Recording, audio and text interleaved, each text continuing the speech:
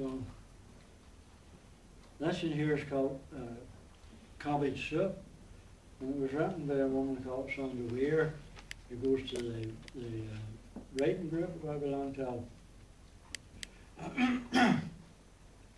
Cabbage Soup.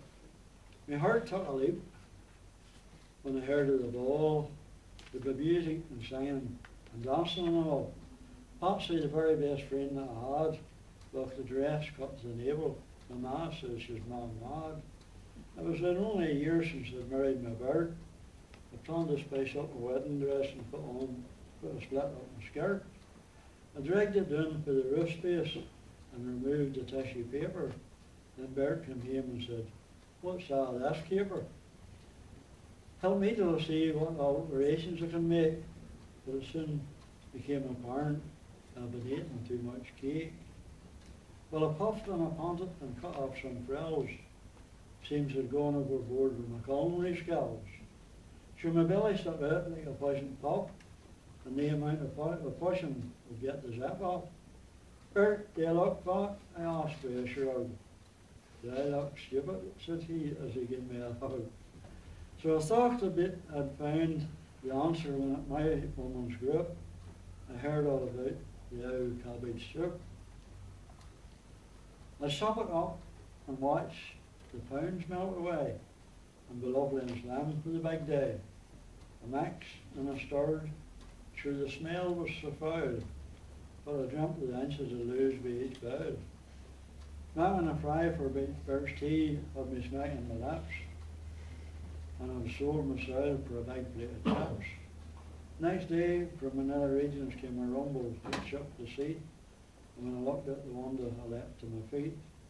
They were walking up the path and heading straight for my front door was the new priest in the neighbourhood I'd never met before. And he came and introduced himself and handed me a terrible stutter. Another terrific rattle came when I bent down to pick up the clutter. Must be that cursed soup, I thought, eyes crossed, face contorted, and I grinned as I made a desperate attempt to keep the commotion in. "I'm suffering for the one," I said, as up the stairs I went, in an effort to escape from this absurd predicament. With every step I took, as my foot landed on a stair, like a banshee's wheel emitted this awful screech of air. Down I came, and in the middle of a prayer, I started to sing and roll my eyes as the ripping and roaring I struggled to disguise. Now by this time he was sweating and looking kind of nervous. Then when I doubled under, Jimmy cried out, "Saints preserve us!" "Good Lord," he yelled, "I've never heard the like. You sound exactly like now, motorbike." With some of my dignity I tried to recoup. I thought of 1,000 ways to curse that blasted cabbage soup. Here's a wee in a row here. There was a girl who was called barmaid in the pub in Burnside, and she'd got a bit plump, but I had took a notion of go to Weight Watchers and I lost it to 2.5 stone. So she thought if I could lose 2.5 stone, she could go at it. So it's called a New Elaine. Elaine, her barmaid, she took this notion that her body was getting kind of out of proportion. She made her mind up that she'd had a quack, eating rubbish and ground fat. A book Weight Watchers she'd read, so when a stain she decided to shed. She'd once again like to be Miss Prim and make the transition from fat to slim. She went down to Murray and Billy Clare, and with her problems she would share. Murray explained, "Well, it's up to you, it's all up to you. The people here will help you through." After listening a while in the class that night, she decided, "This seems all right.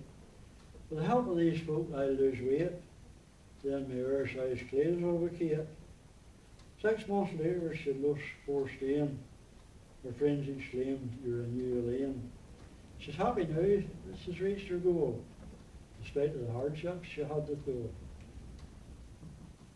Here's a wee one here. It was written by Peggy Hagan, Hagan's Caravans. Peggy was a school teacher. And this one sounds familiar, and it sounds familiar to me too because I can't mind things well.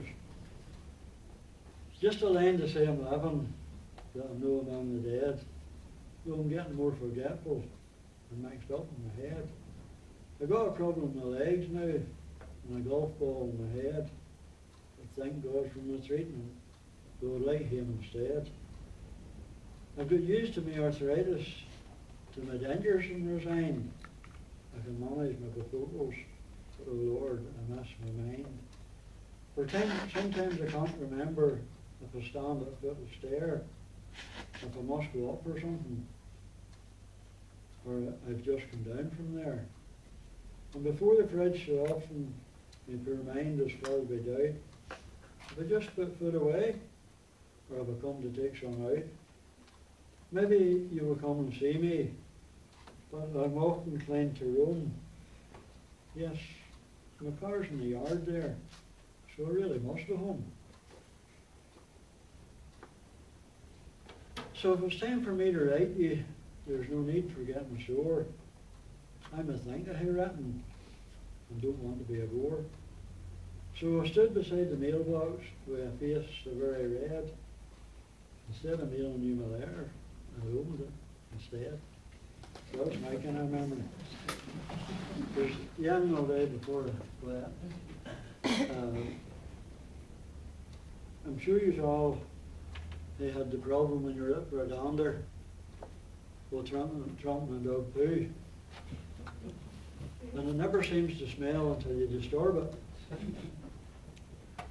And you would pick it up very quick in a brave quantity if you happened to have brought out Martin's on. And a great strong wind blowing and you didn't know it was there until you get in the house and you got the nice white carpet up the stair and then you notice when you come back down again that you then traps the other way. So that's being the problems of it. But a lot of folky dogs, I like dogs, but in my workshop 4 or 5 years ago, every time you went to lift a bit of steel, it was in your hands or your boots or something. So that prompted me to write this wee poem. And the folk of these big reels of line for their dog, and you could be walking along here with this reel in your hand, and your dog's up at the crossways down upstairs, and you can't actually where it is. There's not much line on you think they were going tuna fashion. And you're walking along, and they're afraid of rabbits. The whole world could be impressed for all of it, they just wouldn't care. So it's called, you get the message. Would you like me to put poo in your doorstep? As you do in mine your dog? I guess you wouldn't really be happy if we used your driveway or path from above.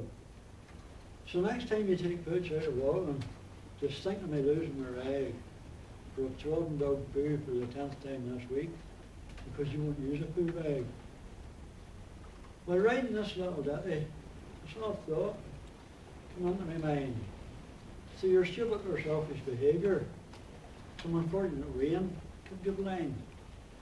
It might be Amy, or Johnny, or your niece, or your nephew, you know. So the next time you take pooch out of walking, consideration for others, please show. Would you make your dog wear a nappy? Or rain's how to wear them, you know. And when they get a bit older, they must use a toilet or pool. If fate bound you to a wheelchair, unable to move without wheels, with your hands all carried in dog poo, just find out blinking soon how it feels.